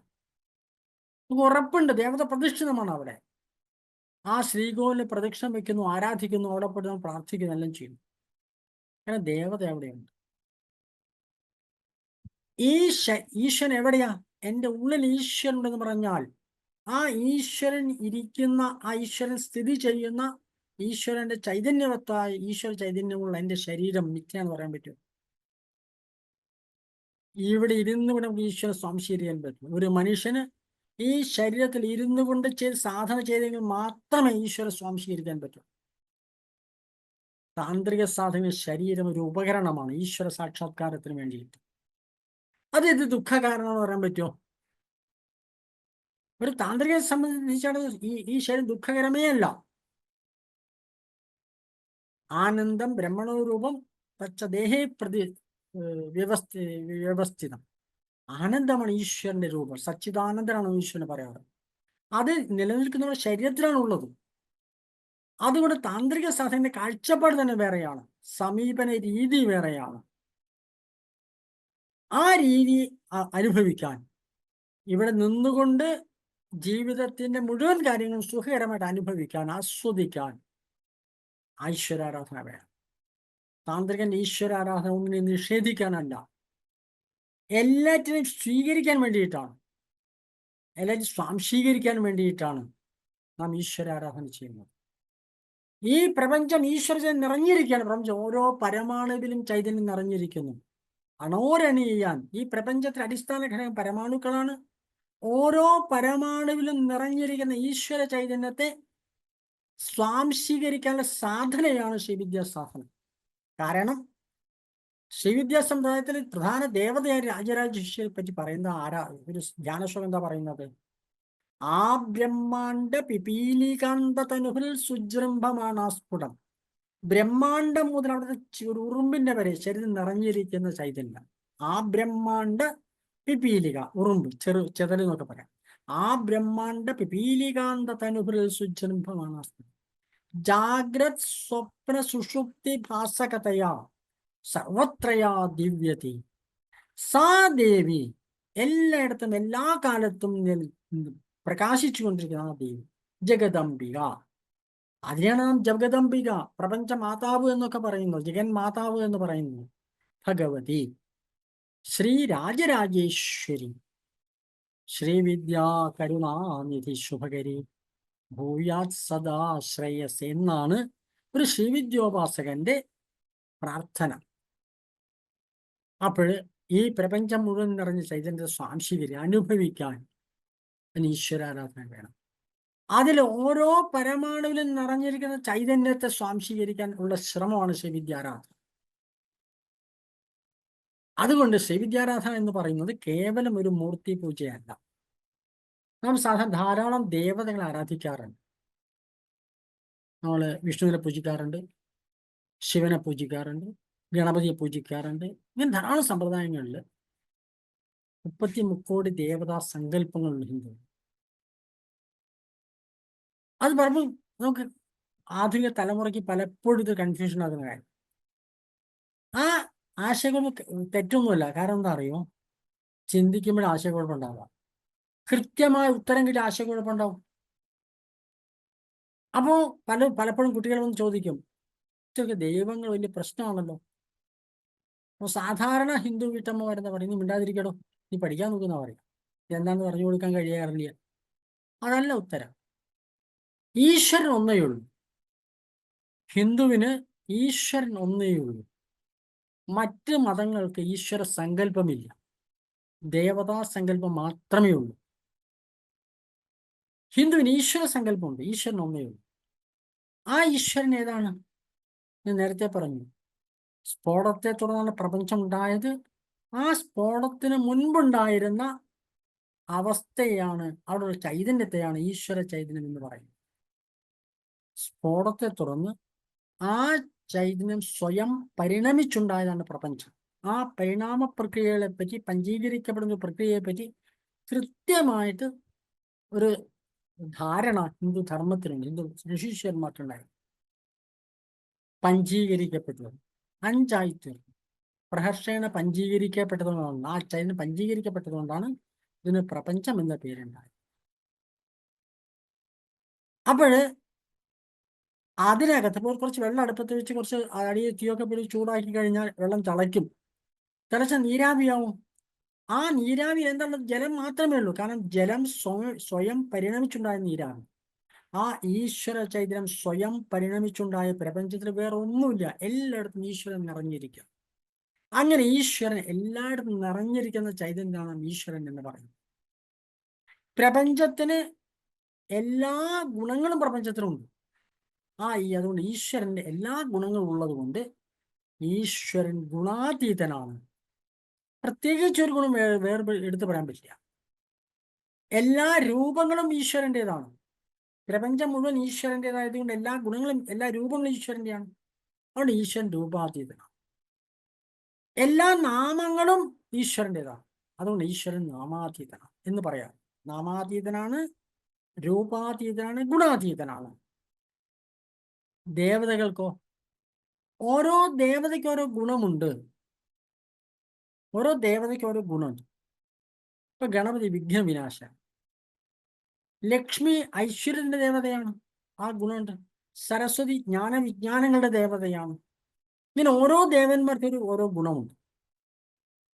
ആ ഗുണം സ്വാംശീകരിക്കാൻ ഇന്ന രീതിയിൽ മന്ത്രം ജപിക്കണമെന്ന് ഋഷീശ്വരന്മാർ ചിട്ടപ്പെടുത്തിയിട്ടുണ്ട്. അപ്പൊ ഓരോ ദേവതയ്ക്കും ഓരോ നാമമുണ്ട്. ആ നാമജപത്തിലൂടെ, ആ മന്ത്രജപത്തിലൂടെ ആ ഗുണത്തെ സ്വാംശീകരിക്കാൻ. മാത്രമല്ല ഓരോ ദേവതയ്ക്കും അതനുസരിച്ചുള്ള രൂപവ്യത്യാസങ്ങളുണ്ട്. വീണ ധരിച്ചിരിക്കുന്ന സരസ്വതി, അതുപോലെ തന്നെ തുമ്പിക്കൈയുള്ള ഗണപതി, ഇങ്ങനെ ഓരോ ദേവതയ്ക്കും വിശേഷങ്ങളുണ്ട്. ആ രൂപധ്യാനത്തിലൂടെയും ഈശ്വര ഗുണത്തെ സ്വാംശീകരിക്കാം. അപ്പൊ ദേവതാരാധന എന്തിനു വേണ്ടിയിട്ടാണ്? ദേവതാരാധന എങ്ങനെ ചെയ്യാം? ഒന്ന് രൂപധ്യാനത്തിലൂടെ അല്ലെങ്കിൽ മന്ത്രജപത്തിലൂടെ. അങ്ങനെ ചെയ്താൽ എന്താ ഗുണം? ആ ദേവത ഏത് ഗുണത്തെ സ്വാംശീകരിക്കുന്നു അത് നമ്മളോട് വർദ്ധിച്ചു. ഒരു കുട്ടിക്ക് വിദ്യാഭ്യാസം വേണം, അവിടെ എന്താ പറയുക? സരസ്വതി ആരാധിക്കും. ഒരു കുട്ടിക്ക്, ഒരാൾക്ക് സമൃദ്ധി വേണം, ദാരിദ്ര്യമാണ്, സമൃദ്ധി വേണം, ലക്ഷ്മി ആരാധിക്കും. ഒരാൾക്ക് എന്തു വേണമെങ്കിലും ശരിയാവില്ല, ആകെ വിഘ്നങ്ങളാണ്, ഗണപതിയെ പ്രാർത്ഥിക്കും എന്നാണ് പറയാം. കാരണം ജീവിതത്തിൽ ധാരാളം പ്രയാസങ്ങൾ വരുന്ന സമയത്ത് അത് അതിജീവിക്കാൻ വേണ്ടിയിട്ട് ഋഷീശ്വരന്മാർ ദേവതാ സങ്കല്പങ്ങൾ സൃഷ്ടിച്ചു. കാരണം ഓരോ മന്ത്രിനും ഓരോ ഋഷിയുണ്ട്. ആ ഋഷിമാരുടെ പേര് മന്ത്രദ്രഷ്ടാക്കൾ എന്നാണ്. അവർ മന്ത്രം അവർ കണ്ടു. ഇന്ന ഗുണത്തിന് ഇന്ന മന്ത്രം ഉപയോഗിക്കണം എന്ന് അവർ കണ്ടു. അവർ ദേവതയ്ക്ക് രൂപസങ്കല്പം കൊടുത്തു. അങ്ങനെ ഋഷീശ്വരന്മാരെ സൃഷ്ടമായതാണ് ശരിക്കും പറഞ്ഞ ദേവതാ സങ്കല്പങ്ങളും അതുമായി ബന്ധപ്പെട്ട രൂപങ്ങളും അതുപോലെ നാമങ്ങളും. കാരണം മനുഷ്യൻ ആവശ്യമുള്ള ഗുണവിശേഷങ്ങൾ സ്വാംശീകരിക്കാൻ വേണ്ടിയിട്ട് ദേവതാരാധന അവർ തീരുമാനിച്ചു. അങ്ങനെയാണ് ദേവതാ സങ്കല്പം വരുന്നത്. ആ ഗുണങ്ങൾ എവിടുന്ന് വരുന്നത്? ഈശ്വരനിൽ നിന്നാണ്. കാരണം എല്ലാ ഗുണങ്ങളും ഈശ്വരനുണ്ട്. അതിന് ആ ഗുണത്തെ മാത്രം വേർതിരിച്ചിട്ട് ആരാധിക്കുന്നതാണ് താന്ത്രികമായ രീതി എന്ന് പറയുന്നത്. അതാണ് തന്ത്രത്തിന്റെ രീതി. അത് തന്ത്രത്തിനകത്ത് താന്ത്രികമായ പാരമ്പര്യത്തിൽ ഒരു ദേവതയ്ക്ക് രൂപമുണ്ട്, ധ്യാനശ്ലോകമുണ്ട്, ബീജാക്ഷരങ്ങളോടുകൂടിയ മന്ത്രമുണ്ട്. വ്യക്തമായിട്ടും ഓരോ ദേവതയ്ക്കും ഓരോ ഗുണവിശേഷങ്ങൾ സങ്കല്പിച്ചിട്ടുണ്ട്. അപ്പൊ സാധാരണക്കാരന് പെട്ടെന്ന് ആ രൂപത്തെ, ആ ഗുണത്തെ സ്വാംശീകരിക്കണമെങ്കിൽ അതിനുവേണ്ടി മാത്രം, ഉദാഹരണമായിട്ട് നമുക്ക് രോഗം വന്നു, വയറിന് രോഗം വന്നാൽ ഒരു സ്പെഷ്യലിസ്റ്റ് പോയി കാണാം. തലയ്ക്ക് രോഗം വന്ന് വേറെ ആളെ കാണും. ശരീരം ഓരോ അവയവങ്ങൾക്ക് നോക്കുന്ന ഓരോ സ്പെഷ്യലിസ്റ്റ് ഉണ്ട് അല്ലേ? അടിസ്ഥാനം ഒരു ഡോക്ടറാണ്. പക്ഷേ നമ്മൾ അതുപോലെ ഓരോ ഗുണവിശേഷങ്ങൾ മാത്രം സ്വീകരിക്കാൻ വേണ്ടിയിട്ട് ഋഷീശ്വരനുണ്ടാക്കിയ പദ്ധതിയാണ് ദേവതാരാധന. ആ ദേവതകളിലൂടെ ആ ഗുണങ്ങളാണ് പ്രധാനമായിട്ട് ലഭിക്കുക. ഈ എല്ലാ ഗുണങ്ങളെയും ലഭിക്കുന്ന ഈശ്വരാരാധനയാണ് യഥാർത്ഥ ശ്രീവിദ്യാ സമ്പ്രദായം എന്ന് പറയുന്നത്. കാരണം എല്ലായിടത്തും നിറഞ്ഞിരിക്കുന്ന, എല്ലാ കാലഘട്ടത്തിലും പ്രകാശിക്കുന്ന ആ ചൈതന്യത്തെയാണ് ലളിത ശ്രീവിദ്യോപാസനം സ്വാംശീകരിക്കാൻ ശ്രമിക്കുന്നത്. അങ്ങനെ സ്വീകരിക്കുന്ന സമയത്ത് ബാക്കി ഗുണങ്ങൾ മുഴുവൻ ലഭിക്കും. പ്രത്യേകിച്ച് ഒരു ഗുണം ഉദ്ദേശമില്ല, എല്ലാ ഗുണങ്ങളും ലഭിക്കും. അതുകൊണ്ട് ശ്രീവിദ്യാ സമ്പ്രദായത്തിലുള്ളതാണ് യോഗോ ഭോഗോരഥം തന്ത്രം എന്ന് പറയുന്നത്. ഭൗതികമായ സുഖവും ഭോഗവും ആധ്യാത്മികമായ വികാസ യോഗവും രണ്ടും ചേർന്ന് ലഭിക്കാൻ ആണ് ശ്രീവിദ്യോപാസനം. അതുകൊണ്ടാണ് കേരളത്തിലെ കൗടുംബികമായ തലങ്ങളിൽ എല്ലാ സ്ഥലത്തും ശ്രീവിദ്യക്ക് പ്രാധാന്യം വരാൻ കാരണം. അത് നഷ്ടപ്പെട്ടതാണ് ഓരോ കുടുംബവും നശിക്കാൻ കാരണം. ആ ചൈതന്യത്തിന്റെ സ്രോതസ് നഷ്ടപ്പെട്ടു. അത് ഈ കാലഘട്ടത്തിൽ പല വഴികളിൽ പല സമ്പ്രദായങ്ങളിലൂടെ പുനരുദ്ധരിച്ച് വന്നുകൊണ്ടിരിക്കുകയാണ്. മിക്കവാറും ധാരാളം കഴിഞ്ഞ 2 ക്ലാസ്സുകളിൽ അനുഭവം എന്താണെന്ന് പറഞ്ഞാൽ ധാരാളം ആളുകൾ ശ്രീവിദ്യയോട് പണ്ട് കാലത്ത് ബന്ധമുണ്ടായിരുന്നു, പിന്നീട് കണ്ടെത്തുന്നു. നിങ്ങൾ പൂർവ്വികത ആരാധിച്ചിരുന്നു, നിങ്ങൾ ദേവി ഉണ്ടായിരുന്നു എന്നൊക്കെ അവർ പറയുന്നു. ധാരാളം കുടുംബങ്ങൾ നിങ്ങൾ പൂർവികന്മാർ ശക്തിയെ പൂജ ഉണ്ടായിരുന്നു വീടുകളിൽ. ശക്തിയെ പൂജയിൽ ആരാധിച്ചിരുന്ന ഈ തരം ദേവതാ സങ്കല്പങ്ങളെയാണ്. ശക്തി ഒരു പേടിക്കൊന്നും വേണ്ട, മനസ്സിലായല്ലോ. അത് മദ്യവും മാംസവും മാത്രമുള്ള പൂജയൊന്നുമല്ല. ഇനി ആവാം, ഇതെല്ലാവർക്കും സ്വീകാര്യമാണ്. കാരണം നിങ്ങൾ എന്താ ആഹാരം കഴിക്കുന്നു, ഏത് ജീവിത സാഹചര്യം ഉണ്ടെന്ന് നല്ല ചില അടിസ്ഥാനം. ഏത് ജീവിത സാഹചര്യം ഉണ്ടെങ്കിൽ നമുക്ക് ശ്രീവിദ്യ ആരാധിക്കാം ആണ് കാരണം. അപ്പം പലപ്പോഴും ഒരു സംശയം ഉണ്ടാവും, കാരണം മദ്യവും മാംസവും ഒക്കെ വെച്ചുകൊണ്ട് ഈശ്വര സമ്പ്രദായം ഉണ്ടായിരുന്നു. കാരണം അത് കഴിച്ച് ഇപ്പൊ ഉത്തരേന്ത്യയിൽ പോയാൽ അവിടെ പിതൃബലിക്ക് നമ്മൾ ഗോതമ്പിന്റെ ഉണ്ടയാണ് കൊടുക്കുക. കേരളത്തിൽ അരിയുടെ ഹവിസാണ് കവ്യമാണ് കൊടുക്കുന്നത്. എന്താ വ്യത്യാസം? നമ്മളെന്താ ആഹാരമാണ് ദേവതയ്ക്ക് കൊടുത്തിരുന്നത്. ശബരി ശ്രീരാമചന്ദ്രന് കൊടുത്തത് കടിച്ച പഴ കൊടുത്തത്. ഭക്തിയുടെ മൂർധന്യാവസ്ഥയിൽ നല്ലത് മാത്രം കൊടുക്കുന്ന സങ്കല്പത്തിൽ ശബരി എന്താ ചെയ്ത് കടിച്ചു കൊടുത്തു. ദേവത സ്വീകരിച്ചു, ശ്രീരാമൻ സ്വീകരിച്ചു. കടിച്ചു കൊടുക്കാൻ നമുക്ക് ധൈര്യമുണ്ട്, ദേവതയ്ക്ക് തയ്ച്ചിലാക്കി കൊടുക്കാൻ ധൈര്യമുണ്ട്. പക്ഷെ ശബരിക്ക് ധൈര്യമുണ്ട്, കാരണം ശബരി അങ്ങനെ ചെയ്തിരുന്നത്. അതുകൊണ്ട് നാം എന്ത് രീതിയിലാണോ നമ്മുടെ ജീവിതം കൊണ്ടുപോകുക അതനുസരിച്ച് ദേവതാ സങ്കല്പങ്ങൾ സമീപിക്കാം. അതുകൊണ്ടാണ് അങ്ങനെയൊക്കെ വന്നത്. ഏതായാലും പ്രത്യക്ഷമായോ പരോക്ഷമായോ ശ്രീവിദ്യാ സമ്പ്രദായമോ അതുമായി ബന്ധപ്പെട്ട സമ്പ്രദായങ്ങളുമായിട്ട് ബന്ധമില്ലാത്ത ഒരു കുടുംബവും അടിസ്ഥാനപരമായിട്ട് കേരളത്തിലെ കളരികൾ ഉണ്ടായത് വ്യാപകമായിട്ട്. മിക്കവാറും എല്ലാ കളരികളുടെ അടിസ്ഥാനപരമായിട്ട് ആരാധനാ സമ്പ്രദായം ശ്രീവിദ്യയോട് ബന്ധപ്പെട്ടതാണ്. കാരണം ശരീരവും ശ്രീചക്രവും തമ്മിൽ ബന്ധമുണ്ട്. ശാസ്ത്രീയമായി നോക്കിയാൽ ശരീരവും കളരിയും തമ്മിൽ ബന്ധം. ശരീരം ചിന്തയെ ദാതൊന്നിച്ചും ശ്രീചക്ര രൂപണം എന്നൊരു ധ്യാനശ്ലോകമുണ്ട്. ശരീരം തന്നെയാണ് ശ്രീചക്രം, പ്രപഞ്ചം തന്നെയാണ് ശ്രീചക്രം. പ്രപഞ്ചത്തിന്റെ കൊച്ചു പതിപ്പാണ് ശ്രീചക്രം. ബ്രഹ്മാണ്ടത്തിന്റെ കൊച്ചു പതിപ്പാണ് ഈ ശരീരം, പിണ്ടാണ്ടം എന്ന് പറയുന്നത്. ഇതുമായി ബന്ധപ്പെട്ടതാണ് കളരികൾ എന്ന് പറയുന്നത്, കളി സമ്പ്രദായം എന്ന് പറയുന്നത്. പാരമ്പര്യ കേരളത്തിൽ കളരികളിൽ ബന്ധമില്ലാത്ത ഒരു സമുദായവും ഇല്ല. അപ്പൊ അങ്ങനെ നോക്കുന്ന സമയം അടിസ്ഥാനപരമായ ശ്രീവിദ്യയും കളരികളും തമ്മിൽ ബന്ധമുള്ളതുകൊണ്ട് കളരികളുമായി ബന്ധമുള്ളതാണ് മിക്കവാറും എല്ലാ കുടുംബങ്ങളും എന്നുള്ളത് കൊണ്ട് കേരളത്തിൽ വ്യാപകമായിട്ട് ശ്രീവിദ്യാ സമ്പ്രദായം സ്വാധീനമുണ്ടായി. നേരിട്ട് ആരാധന ഇല്ലെങ്കിൽ പോലും സ്വാധീനമുണ്ടായി. ആ സ്വാധീനം പല രീതിയിൽ ധാരാളം സമ്പ്രദായങ്ങൾ ഈ കാലത്തിൽ പുനരുജ്ജീവിച്ചു. അതിനകത്ത് ശ്രേഷ്ഠാചാര സഭയും പുനർജനം ചെയ്യുന്നത് അത് ചെറിയൊരു പങ്ക് നിർവഹിക്കാൻ ശ്രമിക്കുക.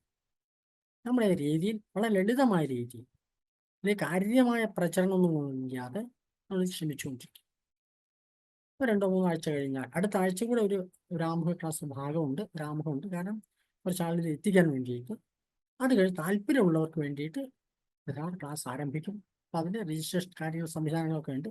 നിങ്ങൾ ബന്ധപ്പെട്ട് ഞാൻ ഫോൺ നമ്പറൊക്കെ കൊടുത്തിട്ടുണ്ട്. അതിനകത്ത് നിങ്ങൾ ലിങ്കിൽ ബന്ധപ്പെട്ട് രജിസ്റ്റർ ചെയ്ത് കഴിഞ്ഞാൽ മുഴുവൻ വിശദാംശം മനസ്സിലാക്കി സാധന ചെയ്യാൻ താല്പര്യമുള്ളവർ എന്താണെന്ന് അറിയാൻ കേവലം ആധ്യാത്മിക ക്ലാസ്സിൽ പങ്കെടുക്കുന്ന ഒരു രാഘവ ബുദ്ധി ഇല്ലാതെ കുറച്ച് ഗൗരവത്തിൽ സമീപിക്കാൻ തയ്യാറുള്ളവർക്ക് മുൻപോട്ട് പോകാവുന്ന ഒരു പദ്ധതിയാണ് ഷഷ്ടാചാരസഭ ഉദ്ദേശിക്കുന്നത്. എല്ലാവർക്കും സ്വാഗതം അതിലേക്ക്. അടുത്ത ആഴ്ച ഒരു ക്ലാസ്സിൽ നിങ്ങൾക്ക് താല്പര്യം ഉണ്ടെങ്കിൽ നിങ്ങൾ പരിചയമുള്ള ഇതിൽ താല്പര്യ ആളുകളും പൊതുവായിട്ട് പ്രചരിപ്പിക്കേണ്ട താല്പര്യ ആളുകൾക്ക് നിങ്ങൾ ഷെയർ ചെയ്യുന്നത് നന്നായിരിക്കും. ഇത് മാത്രം പറഞ്ഞുകൊണ്ട് നമുക്ക് ഇന്നത്തെ ക്ലാസ് ഇവിടെ അവസാനിപ്പിക്കാം. എന്തെങ്കിലും സംശയം ചോദിക്കാം. സ്ത്രീകൾക്ക് സാധന ചെയ്യാൻ പറ്റുമോ എന്നൊരു സംശയമുണ്ടോ? സ്വാഭാവികമായ ചോദ്യമാണ് പലപ്പോഴും. സ്ത്രീകൾക്ക് ഭാരതത്തിലെ സ്ത്രീകൾ ശ്രീവിദ്യാസ എല്ലാ സമ്പ്രദായത്തിലും സാധന ചെയ്തിരുന്നു.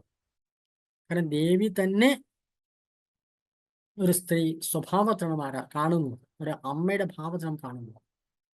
അപ്പോൾ സ്ത്രീകൾക്ക് ആരാധിക്കാൻ ഈ സമ്പ്രദായം പറ്റുമോ എന്ന് ചോദിക്കേണ്ട കാര്യമൊന്നുമില്ല സത്യത്തിൽ. രണ്ടാമത്തെ കാര്യം, ശ്രീവിദ്യാ സമ്പ്രദായത്തിന്റെ പ്രത്യേകത, ഇവിടെ ഗുരു പരമ്പരയെ ആരാധിക്കുന്ന സമയത്ത് ഗുരുനാഥനെയും ഗുരു പത്നിയെയും കൂടിയാണ് സങ്കല്പിക്കാറ്. പത്നി സമയത്ത് ഗുരുനാഥനെ ആരാധിക്കാറ്. അതുകൊണ്ട് തന്നെ അവർ മുഴുവൻ ശ്രീവിദ്യാ സമ്പ്രദായത്തിൽ ഉപാസകന്മാരായിരുന്നു. ശ്രീവിദ്യാ സമ്പ്രദായത്തിലെ അടിസ്ഥാനപരമായിട്ട് രീതിയിൽ സ്ത്രീകൾക്ക് യാതൊരു തടസ്സവുമില്ല. മാത്രമല്ല ഏത് സമ്പ്രദായത്തിലും ആരാധനയും, കാരണം ഉദാഹരണത്തിന് ഗായത്രി മന്ത്രം സ്ത്രീകൾക്ക് ജപിക്കാൻ പാടില്ല, പലരും പറയാറുണ്ട് സാധാരണ. പക്ഷേ ഈ ഭാരതത്തിലെ പൗരാണിക 3 ശക്തമായ സ്ത്രീകൾ ശ്രീവിദ്യോപാസനയിലൂടെ തൻ്റെ കുടുംബത്തെ രക്ഷിച്ചവരാണ്. ഒന്ന് പാഞ്ചാലി, സൂര്യഭഗവാനെ പ്രത്യക്ഷപ്പെടുത്തി അക്ഷയപത്രം നേടിയതുകൊണ്ടാണ് പഞ്ചപാണ്ഡവർക്ക് പട്ടിണി മാറിയത്. സാവിത്രി ദേവി തൻ്റെ തപസ്സിലൂടെ സവിതാവിനെ ഉപാസിച്ച് സ്വാംശീകരിച്ച വ്യക്തിത്വമാണ് സാവിത്രി തൻ്റെ ഭർത്താവിനെ തൻ്റെ തപശക്തി കൊണ്ട് യമന്റെ കയ്യിൽ നിന്ന് തിരിച്ചു കൊണ്ടുവന്നുള്ള സാവിത്രി. അപാല എന്ന് പറയുന്ന ഋഷിപുത്രി തപസ് ചെയ്ത് തൻ്റെ രോഗം മാറ്റം മാത്രമല്ല പണ്ഡിതയായി തീർന്നു. ഋഗ്വേദത്തിലെ ധാരാളം സൂക്തങ്ങളുടെ ഋഷിണിയായിരിക്കുന്ന അപാല സ്ത്രീയാണ്. അപ്പൊ ഗായത്രി സാധന മുതൽ ശ്രീവിദ്യാ സമ്പ്രദായം വരെ ഭാരതത്തിലെ ഏത് ആരാധനാ സമ്പ്രദായം സ്ത്രീകൾക്ക് നിഷിദ്ധമല്ല. ഇടക്കാലത്ത് വന്ന പ്രചരണം മാത്രമാണത്. അതുകൊണ്ട് സ്ത്രീകൾക്ക് ആരാധന ചെയ്യാം. എല്ലാ വിഭാഗത്തിൽപ്പെട്ട ആളുകൾക്കും ശ്രീവിദ്യാ സമ്പ്രദായം പറ്റും. കാരണം ഞാൻ നേരത്തെ പറഞ്ഞ എല്ലാവർക്കും ശ്രീവിദ്യയുടെ ബന്ധമുണ്ട്, പ്രത്യക്ഷമായോ പരോക്ഷമായോ ബന്ധമുണ്ട്. അതുകൊണ്ട് ആർക്കും ഒരു നിഷിദ്ധമില്ല. നിങ്ങൾ ഏത് സാഹചര്യം ജീവിക്കുന്നു, ഞാൻ വിവാഹം കഴിച്ചു, വിവാഹ ജീവിതം പറ്റുമോ ചോദ്യമൊന്നുമില്ല. കാരണം ഇത് സന്യാസിമാർക്കും ബ്രഹ്മചാരികളുടെ ക്ലാസ് അല്ല, ഗൃഹസ്ഥന്മാർക്കുള്ള ക്ലാസ്. ഗാർഹസ്ഥ്യധർമ്മം കൃത്യമായിട്ട് അനുഷ്ഠിക്കുന്നവർക്കുള്ള ക്ലാസ്സാണിത്. അതുകൊണ്ട് ഇത് ഗൃഹസ്ഥന്മാർക്ക് പറ്റും, മറ്റു പ്രസക്തമേ അല്ല. അതുകൊണ്ട് താല്പര്യമുള്ള സാധന ചെയ്യാൻ താല്പര്യം ആളുകൾക്ക് വേണ്ടി സാധന ചെയ്യാൻ വേണ്ടി നിർദ്ദേശം, അത് ചെയ്യിക്കാൻ വേണ്ടി പദ്ധതിയാണിത്. 2 തരം ക്ലാസ്സുകൾ. ഒന്ന് അധ്യാപനം നടക്കുന്ന ക്ലാസ്സുകളിലൂടെയാണ്. മന്ത്രോപദേശം നേരിട്ടാണ്. നമ്മുടെ ക്യാമ്പുകളൊക്കെ ഉണ്ടാവും, ആ സമയത്ത് ഒന്നിച്ചാണ് നേരിട്ടാണ് ഓഫ്ലൈൻ ക്ലാസ്സിലൂടെയാണ് മന്ത്രോപദേശം കൊടുക്കാറ്. ഇപ്പൊ 2 തരത്തിലാണ് ഈ ക്ലാസ്സുകൾ. അപ്പൊ ശരിക്കും ആധ്യാത്മികത എന്ന് പറയുന്നത്, ആത്മീയമായ കാര്യം എന്ന് പറയുന്നത് ഉപദേശമാണ്, അത് നേരിട്ടാണ്. അധ്യാപനം എന്ന് പറയുന്ന ഭാഗമാണ് ഈ ക്ലാസ്സിലൂടെ നടക്കുന്നത്. ബാക്കി നേരിട്ടാണ്, ഗുരു പരമ്പരയിലൂടെ മുൻപോട്ട് പോകും. അപ്പൊ നമുക്ക് ഗുരു പരമ്പരയെ സ്വീകരിക്കണം.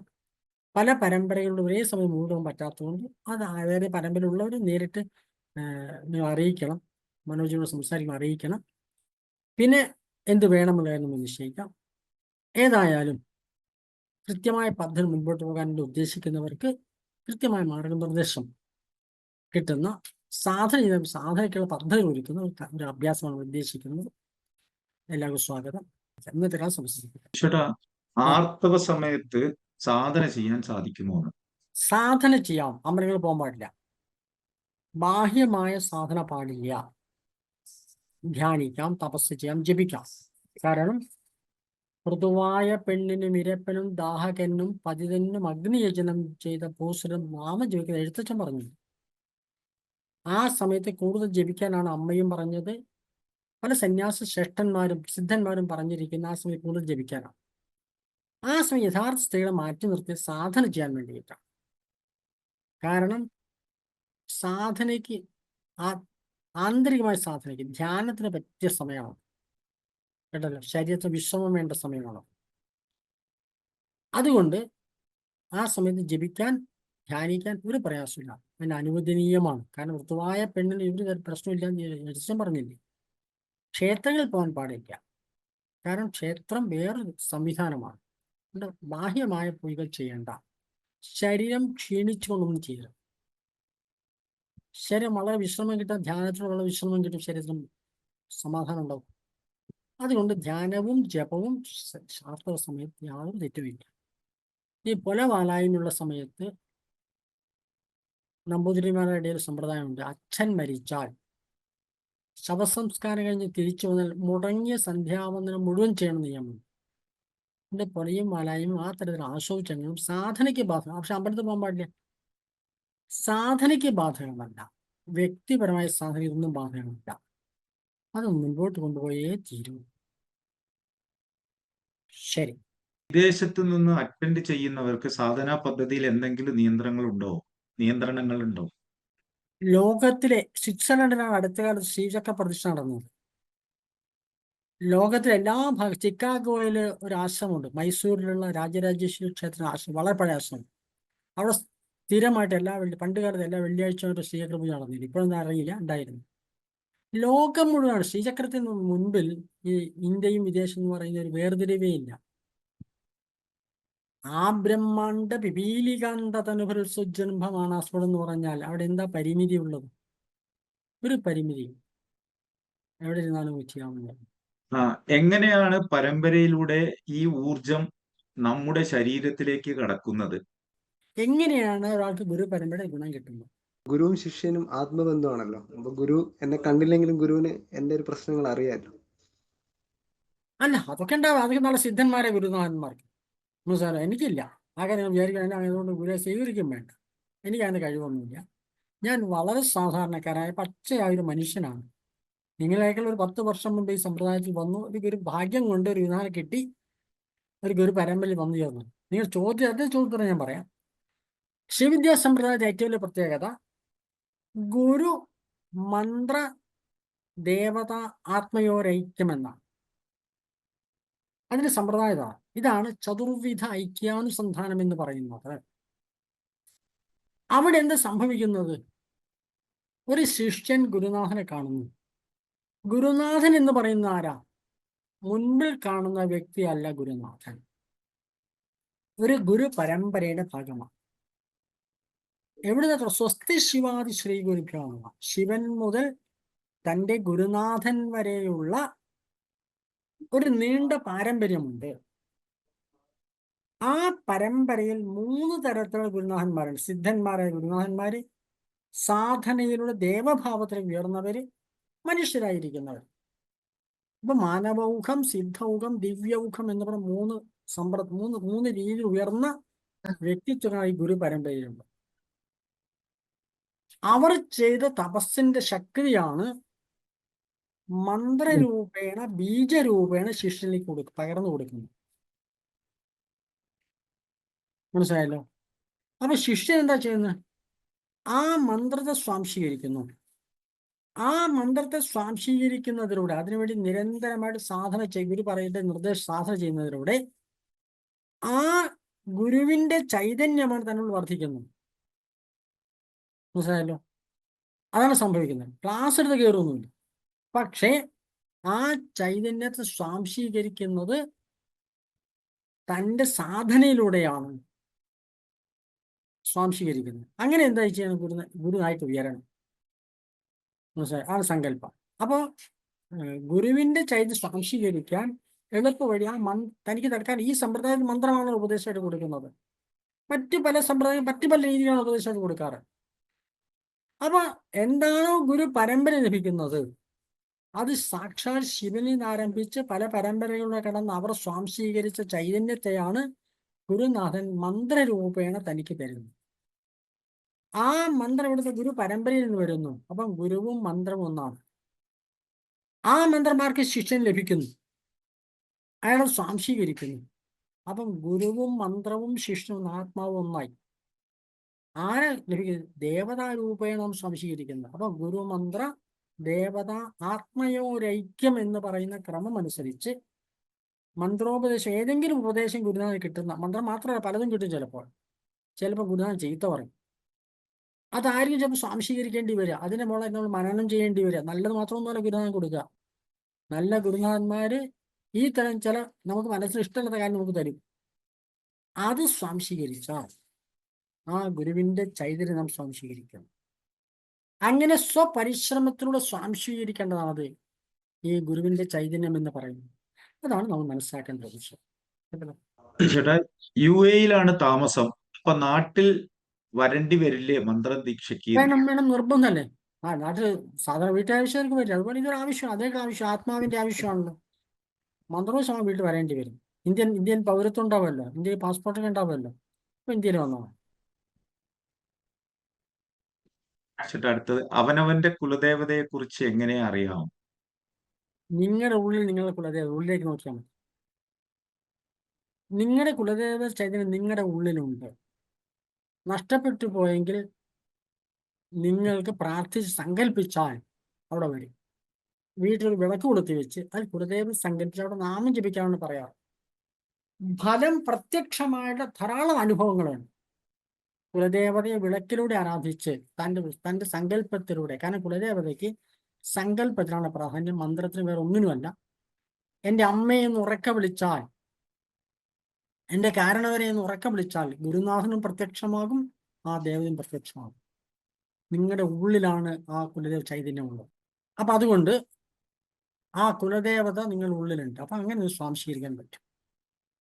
ശ്രീചക്രം എവിടെ നിന്ന് ലഭിക്കും? വാങ്ങണോ, ഉണ്ടാക്കണോ? അത് എവിടെ നിന്ന്? ശരീരം ചിന്തയേ ദാതവും നിജം ശ്രീചക്ര രൂപിണം. നിങ്ങളുടെ കയ്യിൽ തന്നെ നിങ്ങളുടെ ശ്രീചക്രം ഉള്ളത് കേട്ടല്ലോ. വാങ്ങുന്നത് കേവലം ഒരു മെറ്റൽ പീസ് മാത്രമാണ്. അതിനെയാണ് സ്വാംശീകരിക്കേണ്ടത്. ഒരു കഷ്ണം ലോഹത്തെ സ്വാംശീകരിക്കാൻ നിങ്ങൾക്ക് കഴിയില്ല. അതുകൊണ്ട് ഈ ക്ലാസ് പഠിപ്പിക്കുന്നത് ശരീരം ചിന്തയേ ദാതവും നിജം ശ്രീചക്ര രൂപിണം. ബ്രഹ്മരന്ധ്രം മുതൽ പാദം വരെ നീണ്ടു നിൽക്കുന്ന ഈ ശരീരം ശ്രീചക്രമായിട്ട് ആരാധിക്കാനാണ് നമ്മൾ പഠിപ്പിക്കുന്നത്. പുറമെ നമുക്ക് പ്രതീകമായിട്ട് വാങ്ങിച്ചു വെക്കാന്നുള്ളത് പ്രതീകം മാത്രമാണ്. യഥാർത്ഥ ശ്രീചക്രം ഒന്ന് പ്രപഞ്ചമാണ്. ആ പ്രപഞ്ചത്തിലെ കൊച്ചു പതിപ്പായ പിണ്ടാണ്ടവും ശ്രീചക്രമാണ്. യഥാർത്ഥ ശ്രീചക്രമാണ്. നിങ്ങൾ യഥാർത്ഥ ശ്രീചക്രമല്ലേ വേണ്ടത്? അതാണ്. വാങ്ങാനോ വിൽക്കാനോ കഴിയാത്തതും ചെയ്യാൻ പാടില്ല എന്ന് നിയമമുള്ളതും ശ്രീചക്രം. അതുകൊണ്ടാണ് ശ്രീചക്രം വാങ്ങാൻ പാടില്ല, വിൽക്കാനും പാടില്ല, നിയമമാണ്. കാരണം ഇതുകൊണ്ട്, കാരണം തൻ്റെ ശരീരം തന്നെയാണ് ശ്രീചക്രം. ശരി, അപ്പൊ നമുക്ക് എല്ലാവർക്കും നമസ്കാരം. നാമം ചോദിച്ച് അവസാനിപ്പിക്കാം. വാമദേവ ഋഷി പങ്ക്തിച്ഛന്ദ സദാശിവരുദ്രോ ദേവത. ഓം നമ ശിവായ, ഓം നമ ശിവായ, ഓം നമ ശിവായ, ഓം നമ ശിവായ, ഓം നമ ശിവായ. വാമദേവ ഋഷി പങ്ക്തിച്ഛന്ദ സദാശിവരുദ്രോ ദേവത. ഗുരുർ ബ്രഹ്മ ഗുരുർ വിഷ്ണു ഗുരുർദേവോ മഹേശ്വര. ഗുരു സാക്ഷാത് പരബ്രഹ്മ തസ്മൈ ശ്രീ ഗുരവേ നമഃ. അഖണ്ഡമണ്ഡലാകാരം വ്യാപ്തം യേന ചരാചരം തത്പദം ദർശിതം യേന തസ്മൈ ശ്രീ ഗുരവേ നമഃ. ശുക്ലാംബരധരം വിഷ്ണും ശശിവർണം ചതുർഭുജം പ്രസന്നവദനം ധ്യായേത് സർവവിഘ്നോപശാന്തയേ. വക്രതുണ്ട മഹാകായ സൂര്യകോടി സമപ്രഭ നിർവിഘ്നം കുരു മേ ദേവ സർവകാര്യേഷു സർവദാ. ഓം അസതോ മാ സദ്ഗമയ തമസോ മാ ജ്യോതിർഗമയ മൃത്യോർമാ അമൃതം ഗമയ. ഓം പൂർണ്ണമദ പൂർണ്ണമിദം പൂർണ്ണാത് പൂർണ്ണമുദച്യതേ പൂർണ്ണസ്യ പൂർണ്ണമാദായ പൂർണ്ണമേവാവശിഷ്യതേ. ഓം ശാന്തി ശാന്തി ശാന്തി. എല്ലാം നമുക്ക് ഈ സാധന നമുക്ക് നമ്മുടെ കുടുംബം മുഴുവൻ ഹിന്ദു സമൂഹത്തിന് ഉപയോഗപ്രദമാവട്ടെ. നമുക്കൊന്ന് പ്രാർത്ഥിക്കാം.